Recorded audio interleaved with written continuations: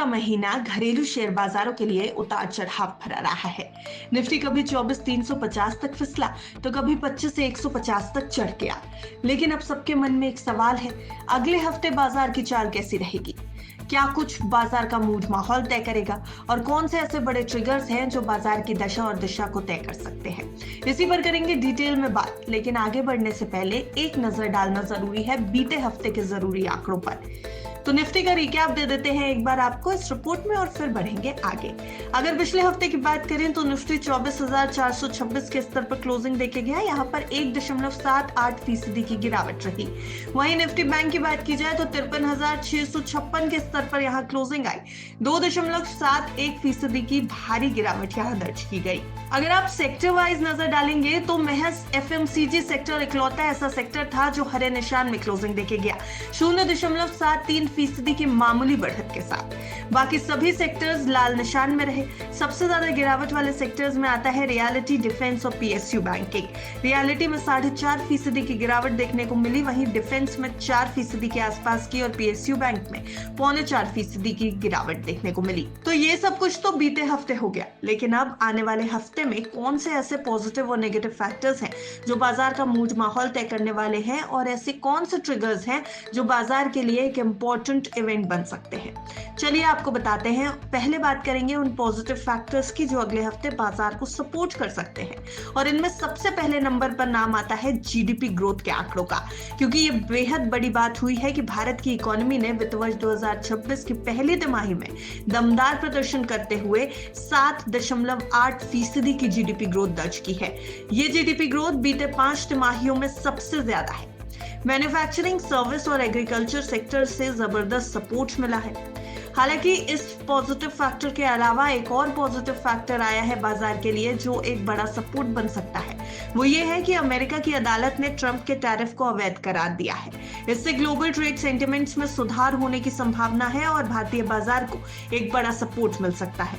और सबसे अहम बात, निफ्टी अभी ओवरसोल्ड जोन में है, यानी कोई भी पॉजिटिव ट्रिगर आता है तो शॉर्ट कवरिंग से तेजी देखने को मिल सकती है। लेकिन अगर देखा जाए तो मार्केट में अभी रिस्क भी हैं, कुछ ऐसे नेगेटिव फैक्टर्स भी हैं जो बाजार को आगे बढ़ने से रोक सकते हैं। सबसे बड़ा पॉइंट यहाँ पर आता है रुपए और डॉलर के बीच का मुकाबला। दरअसल रुपया डॉलर के मुकाबले बुरी तरह टूटा है और 88 रुपए 19 पैसे पर पहुंच गया है। अगस्त में अगर देखा जाए तो विदेशी निवेशक भी एक बहुत बड़ा नेगेटिव ट्रिगर रहे हैं बाजार के लिए। अगस्त में एफआईआईज ने भारी बिकवाली की है। सिर्फ पिछले हफ्ते ही 21,152 करोड़ रुपए के शेयर बेचे गए और पूरे अगस्त में अगर देखें तो 46,903 करोड़ रुपए की बिकवाली हो चुकी है। इसके अलावा अमेरिकी डेटा जैसे कि पेरोल और पीएमआई भी ग्लोबल मार्केट को हिला सकते हैं, और अगर ग्लोबल मार्केट पर नेगेटिव असर आया तो भारतीय शेयर बाजार पर भी गिरावट देखी जा सकती है। तो ये तो थे पॉजिटिव और नेगेटिव फैक्टर्स, लेकिन अगर बात की जाए तो अगले हफ्ते के कुछ बड़े इवेंट्स भी हैं जो बाजार के लिए बड़ा ट्रिगर बन सकते हैं। 1 सितंबर को भारत का मैन्युफैक्चरिंग पीएमआई और ऑटो सेल्स का डेटा आने वाला है। 2 सितंबर को यूएस का मैन्युफैक्चरिंग पीएमआई का डेटा आएगा।